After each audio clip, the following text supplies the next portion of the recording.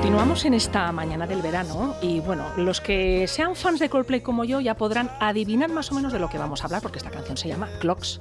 Así que sí, vamos a hablar de relojes, vamos a hablar de estas máquinas del tiempo que tanto nos fascinan, porque hablar de un reloj es hablar algo más que de un accesorio, porque yo creo que nos definen incluso nuestra personalidad. Y si no, los invitados que me acompañan no lo podrán explicar mejor.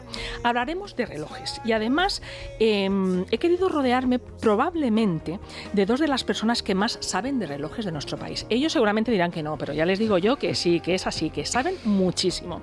Y además lo hacen a través de su revista y podcast llamado Doble Firma. No me gustaría llamarles influencers porque odio esa palabra, pero los consideraría como un referente, es decir, como una auténtica referencia en el mundo de la relojería. Y si no, cuando acabe esta entrevista me van a dar la razón. Así que me acompañan esta mañana Rafael Fariñas, muy buenas y bienvenido. Muchas gracias. Alfonso Escámez, bienvenido, muy buenas, ¿qué tal? Muy buenas. Y además tengo que recalcar que no solamente la juventud y experiencia de Rafael, sino también la experiencia que tiene Alfonso al ser miembro de los grandes premios de relojería de Ginebra, que no es cualquier cosa, ni más ni menos, ¿eh? Pues nada, primero de todo, bienvenidos. Gracias. Y además para hablar de un tema, lo hablábamos ahora un poquito fuera de antena, tan complejo como es un reloj, que es casi como hablar de un coche, que es muy difícil decidirse por uno, ¿no? Es como preguntar a quién quieres más, a papá o a mamá, es dificilísimo. Pero la primera pregunta que os quiero hacer, para que así os vayan conociendo un poquito mejor los oyentes, es ¿cómo empieza vuestra afición por la relojería? Venga, la juventud primero, Rafa, dale. Sí, bueno, pues nada, en mi caso yo lo que siempre cuento es que no es una cuestión tampoco de herencia familiar ni nada por el estilo, no hay grandes coleccionistas en mi familia, sino siempre para mí ha sido una cuestión de encontrar un sector en el que lo que hace especial al producto, a los relojes, casa mucho con mi manera de ser y las cosas que a mí me motivan. Todo esto, el tema de la mecánica y la complejidad de las piezas es lo que más me ha llamado la atención siempre y a partir de ahí, pues, tirar del hilo y aquí estamos. Uh-huh. ¿Y tú, Alfonso? Pues yo sí que es cierto que a mi padre le gustaban mucho los relojes. No era coleccionista ni tenía muchos y eso, pero sí le gustaban y yo desde pequeño siempre le miraba la muñeca y me interesaba mucho por ello. Me empezaron a gustar cada vez más, a interesarme. Bueno, tú sabes que llegué incluso a tener... El vicio llegó a tal nivel que tuve una tienda de marcas de relojería independiente y unos años después, tú fuiste parte también del proyecto, pues montamos Pecados Veniales, que fue el inicio de un programa de radio de relojes y de motor. Hablábamos mucho de relojes. Y luego, pues ahora con Rafa, que yo creo que puede explicarlo mucho mejor, porque la idea del proyecto viene prácticamente de él, pues montamos Doble Firma, que es lo que somos ahora. ¿Y qué es exactamente Doble Firma? Cuéntanos. Pues muy bien, Doble Firma surgió como la necesidad que teníamos de tener un espacio donde poder comunicar libremente y no estar preocupados tanto por las cifras o la audiencia o los números, sino lanzar un producto tanto escrito como audiovisual y que buenamente los aficionados que fuesen casando con ese producto, pues que lo disfrutasen. Y afortunadamente ya vamos para 2 años de podcast, más tiempo de blog digital, de artículos y demás, y tenemos una comunidad de tamaño mediano, podríamos decir, pero muy, muy fiel y que comparte con nosotros esta afición. Como digo, ahora pues tenemos podcast semanal. Alfonso lleva a cabo entrevistas a realmente, y él no lo dirá, pero lo digo yo, a la crema innata de la relojería internacional, las figuras más importantes que hay, y luego pues tenemos el blog con los artículos. O sea, igual que aquí se puede hablar libremente de lo que queráis, así que podéis hablar de aquello que os guste, incluso de lo que os espante, que no tiene aquí absoluta libertad, que por eso estamos en libertad digital. Hay cientos de relojes interesantes en el mercado, cientos por no decir miles a lo mejor. Si hay algún oyente que nos esté escuchando, le gustaría comprarse un reloj, decir, pues bueno, pues a ver, ¿por dónde empezar? A ver, ¿qué consejo le daríais vosotros como personas expertas? Porque claro, ¿qué empiezo? A ver, presupuesto, tamaño de muñeca, la marca, mecánico, cuarzo, automático, un poco de todo, o un poco de todo esto que acabo de decir y algo más. Sé que es una pregunta larga de responder, pero bueno, para empezar. A ver, yo creo que hay una cosa muy importante, que es la primera, que es el presupuesto. El presupuesto. El presupuesto te marca mucho qué es lo que puedes comprar o no. Además del presupuesto, y lo más importante, que te guste el reloj. No te dejes nunca influir por las modas, por los que odiamos influencers, por tu amigo que te dice esto es lo que te tienes que comprar, o por los perfiles que te dicen invertir en relojes. No, el reloj te tiene que gustar porque un reloj, si no tienes muchos y no te cambias muy a menudo, lo llevas muy a menudo contigo. Claro. Entonces, al final, tarde o temprano, te vas a acabar cansando de él. Entonces, tiene que ser algo que realmente te llene y de lo que disfrutes. Luego, a partir de eso, pues sí que ya tienes que pensarte qué tipo de movimiento tienes. Pues tienes los de cuarzo, que, bueno, el cuarzo salvó a la relojería, ahora está otra vez como renaciendo. Y luego tienes dentro de los mecánicos los automáticos, que no necesitas darle cuerda mientras los lleves puesto, o los de cuerda manual, que eso sí, pues normalmente cada X días u horas, depende del uso, pues tienes que darle cuerda. Yo creo que eso es lo más importante, sobre todo que te guste y el presupuesto. ¿Y el presupuesto? ¿Y para ti, Rafael? ¿Coincides? Pues sí, sin duda, sin duda. El tema del presupuesto es complicado porque muchas veces no sería la primera ni la última vez que alguien se nos acerca diciendo, bueno, quiero empezar en este mundillo y tengo un presupuesto de tanto. Y luego ves que ha ido a una tienda, ha empezado a ver relojes, se ha empapado, empieza a consumir contenido y es ese tanto por 10. Entonces, hay que tener en mente lo que uno se puede gastar y no tanto lo que a priori pretendes gastar. Y luego, sobre todo, yo creo que es muy importante ver los relojes en la mano. Sí, ¿verdad? Ahora, en la era de las redes sociales, también nosotros comunicamos un montón y mostramos muchos vídeos, pero es muy importante en artículos, que la mayoría de los relojes que tratamos son artículos de lujo, acercarse a tiendas, a distribuidores y verlos en la mano cambia muchísimo la percepción que tienes de las piezas y es la mejor manera de ver con cuál tienes esa conexión que te puede llevar a que lo lleves en tu muñeca, como decía Alfonso, todos los días o muchos días de la semana durante años.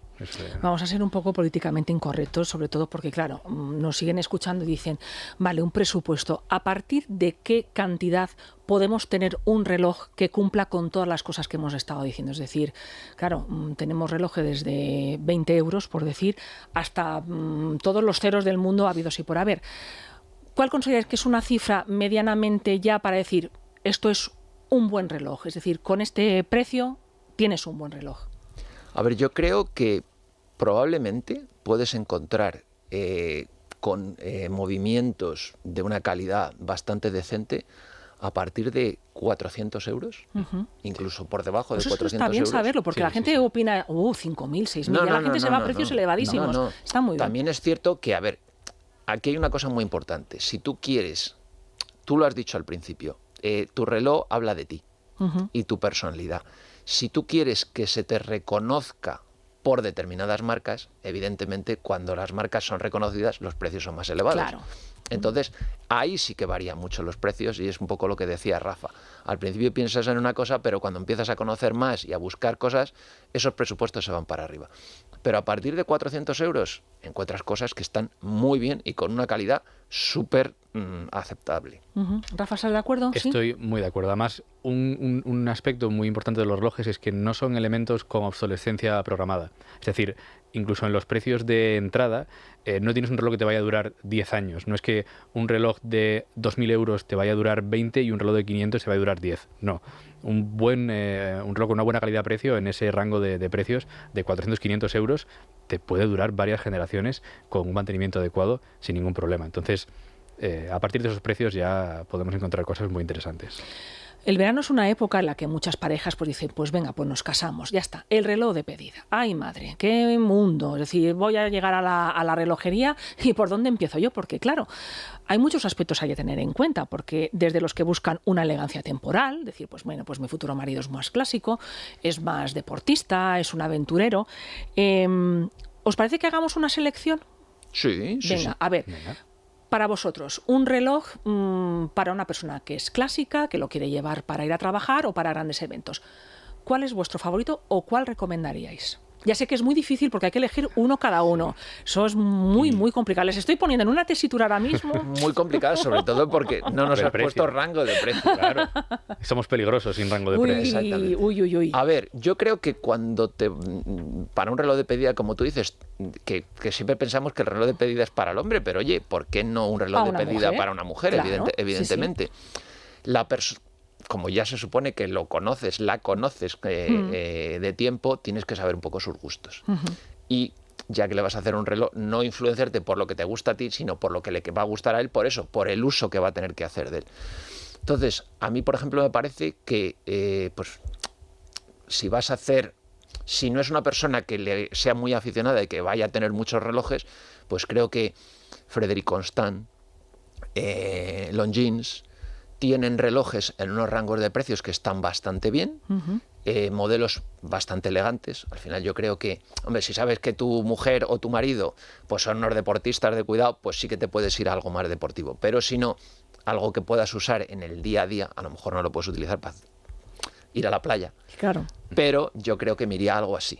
Luego por encima, pues a mí me parece que Lange, que es una marca alemana, pues es uno de los relojes pues probablemente más elegantes. Sí, y sí. luego ya podemos seguir en rangos de precios venga, ya hacia que arriba. estamos, venga, Sí. pongámonos a soñar, a ver, con lo típico aquello de ahí sí me toca, pues a ver, ahí sí me toca, ¿qué nos podríamos permitir? A ver, Hombre, ya si ya de un rango elevado. A mí me gusta mucho, yo sé que a Rafa también, y los precios son muy elevados, pues me parece que la elegancia y luego como manufactura y como calidad, François Paul Journe. Sí. Sí, sí. coincido. Estaría número 1 en la lista. Sí. También con un presupuesto medianamente ilimitado, incluso para alguien que no sea tan aficionado a los relojes, yo creo que un icono como es el Patek Philippe Calatrava Bueno, siempre va a ser un símbolo, sobre todo familiar, de herencia familiar, para dejarlo como legado. De hecho, es lo Sí. que te cuenta la propia marca. sí, sí, sí. Siempre va a ser una gran opción como reloj elegante de pedida. Hablamos de un presupuesto contundente.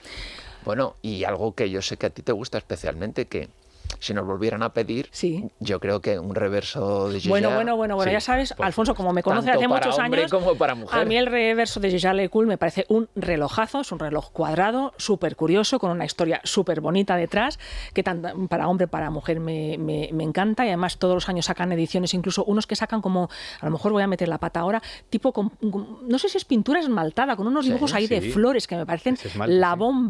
bomba, pues la verdad es que me parece un relojazo, pero sí, para otra vida, si acaso, para la próxima pedida, si Bueno, acaso. oye, los objetivos son a largo plazo, siempre se puede llegar. Efectivamente. Y realmente están en un rango inferior a lo que estamos hablando ahora. Hay de todo, Sí. porque Sí, pero puedes, bueno, los entre 7.000 y pico y 15.000 Sí. los encuentras, evidentemente, si no estamos hablando ya de complicaciones, de reversos con complicaciones.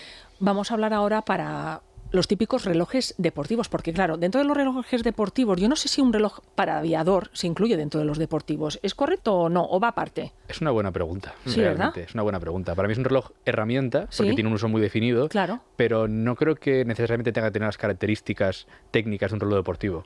Ujú. Es, Porque claro, en verano hay los relojes que se pueden usar para navegar y luego los de bucear, que es igual, pero no es lo mismo. No, no. ¿Verdad? A La ver, hermeticidad varía mucho y hay que tener muchas veces cuidado con lo que pensamos que es hermético y hay veces que no es hermético y que solo te sirve para a lo mejor mojártelo un poquito, Vale. si acaso en la ducha. ujú, Yo de todas formas siempre digo que salvo que el reloj tenga determinadas certificaciones de buceo, si puedes evitar meterte en el agua y sobre todo en el mar, y luego tener cuidado, sobre todo si puedes al salir, darle una duchita con agua dulce.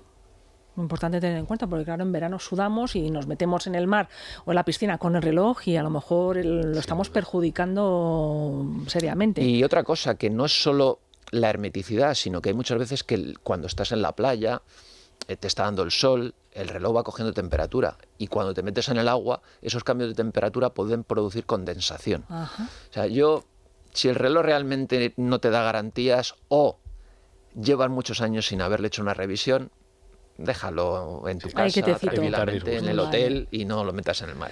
En Doble Firma vosotros os caracterizáis por hablar de relojería independiente. Para aquellas personas que nos estén escuchando y no saben lo que es, ¿cómo definiríais vosotros lo que es la relojería independiente? Porque es un mundo apasionante, desde luego. pues es como cuando descubres que existe el café de especialidad. Ah, vale, bien. El resto del café te sabe quemado y solo quieres ver a qué altitud se recogieron los granos.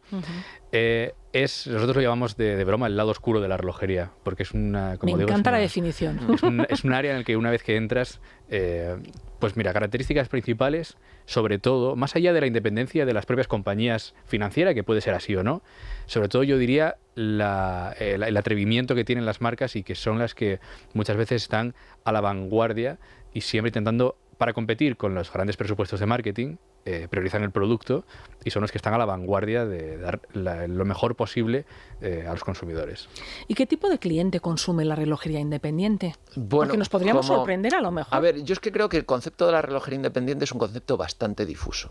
Para mí, el relojero independiente de hoy en día, porque la relojería al principio todo eran relojeros independientes. Cuando se inicia la relojería, que se inicia en el Reino Unido, en Francia y en Alemania, porque todos siempre pensamos en Suiza, pero no fue el origen de la relojería allí.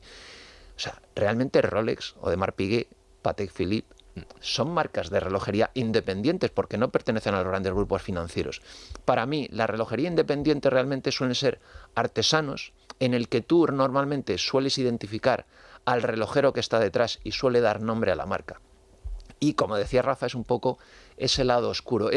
Yo siempre lo digo como la primera vez que pruebas el sushi no te suele gustar.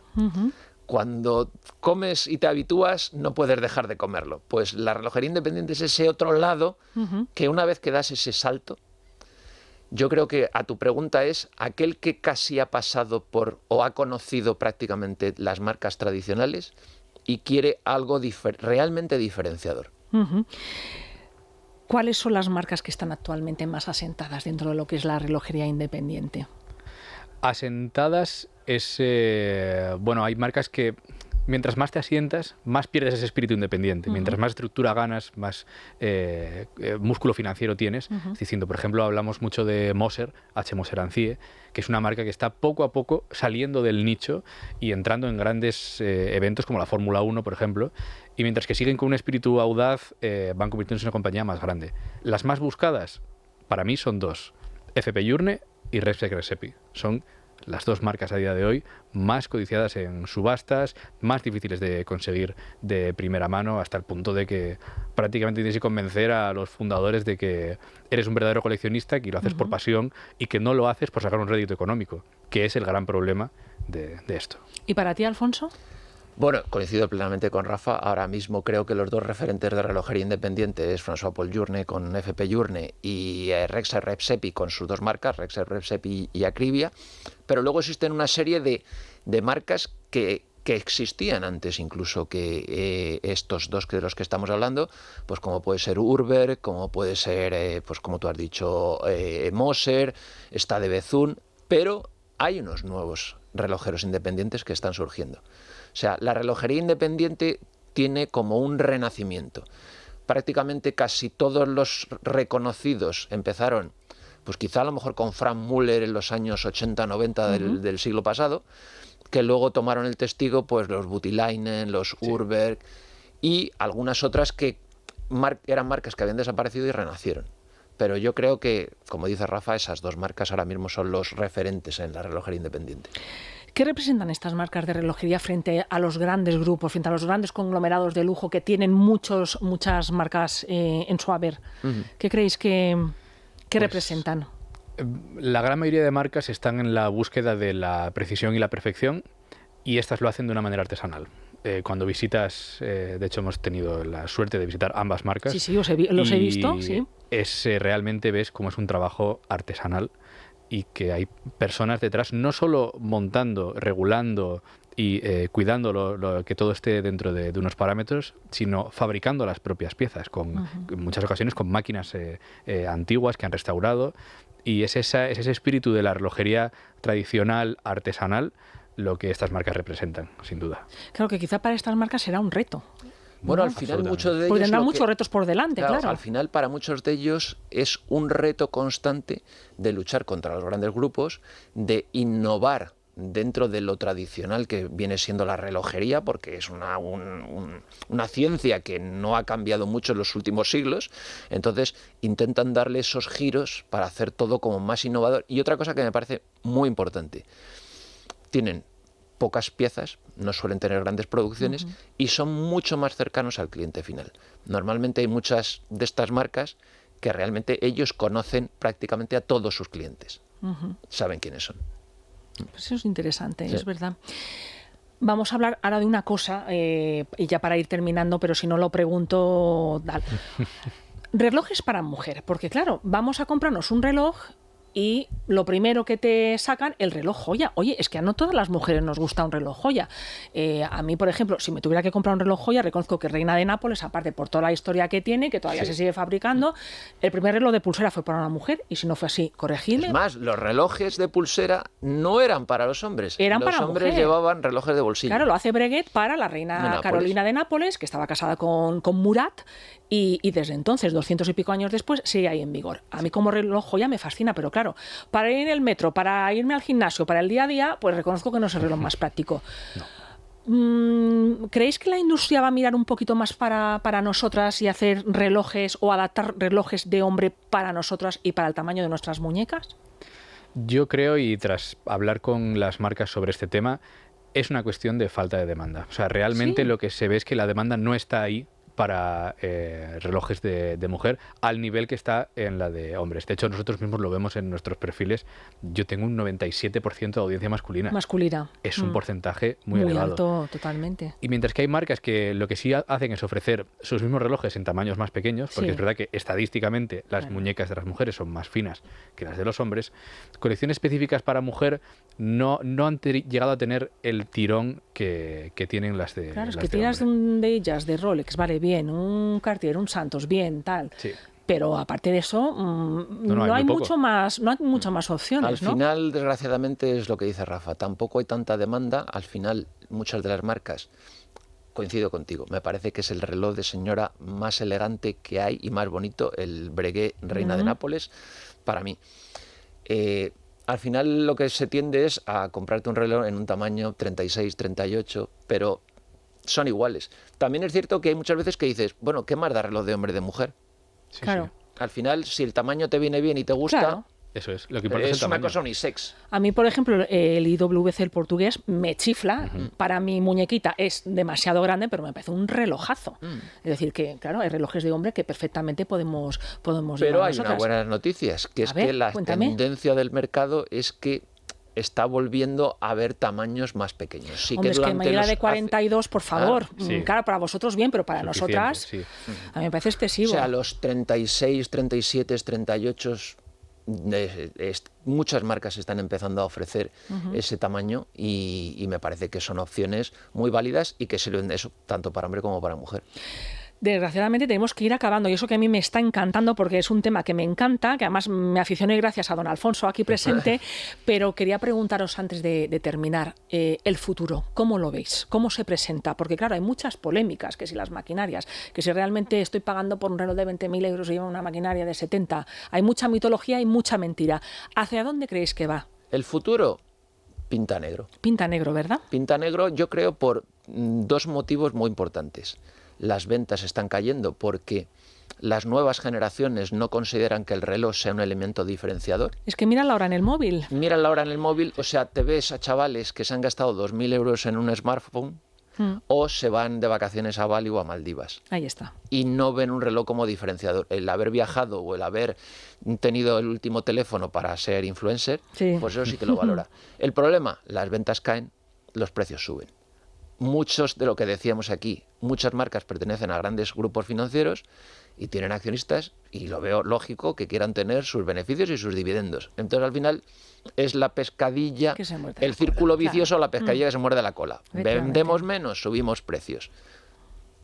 El futuro pinta negro. Entonces yo creo que las marcas deben empezar a repensarse su negocio y a comunicar hacia las nuevas generaciones. Rafa, ¿tú qué opinas? Estoy Igual. totalmente de acuerdo. El mercado se acaba regulando solo y lo que pasa es que se regula en el caso de los relojes más lento por los grandes grupos financieros. Pero si no, la tristeza es que habría muchas marcas que han cogido una estructura, yo creo, demasiado grande en una época de alta demanda como fue 2020, 2021, han hecho expansiones muy grandes y ahora esa demanda no está ahí.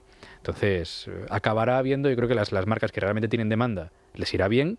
Tendremos nuestro nicho de relojes independientes, pequeños artesanales, que siempre va a haber 200 personas al año dispuestas a comprar esos relojes y habrá muchas marcas entre medio que tristemente desaparecerán, que no es bueno. Siempre lo mejor sería que todas las marcas vendiesen todos los relojes que hacen, porque sería lo mejor para la industria. Pero yo creo que sí que veremos una limpieza de marcas que irán desapareciendo, cerrando temporalmente, reestructuraciones, etcétera. Bueno, pues espero que muy pronto vengáis, nos lo contéis y vayamos viendo cómo están las cosas. Rafa, Alfonso, Rafa, doble firma, ha sido un auténtico placer que estuvierais aquí con nosotros en Es la Mañana del Verano y hasta muy prontito. Gracias, Ana. Un placer volver a que me permitas estar aquí en un estudio de radio y ya sabes, cuando quieras que hablemos de relojes, nosotros nos podemos tirar horas. Lo sé. Aquí os esperaré. Muchísimas gracias. Gracias a vosotros. Gracias. Es la mañana. Es radio.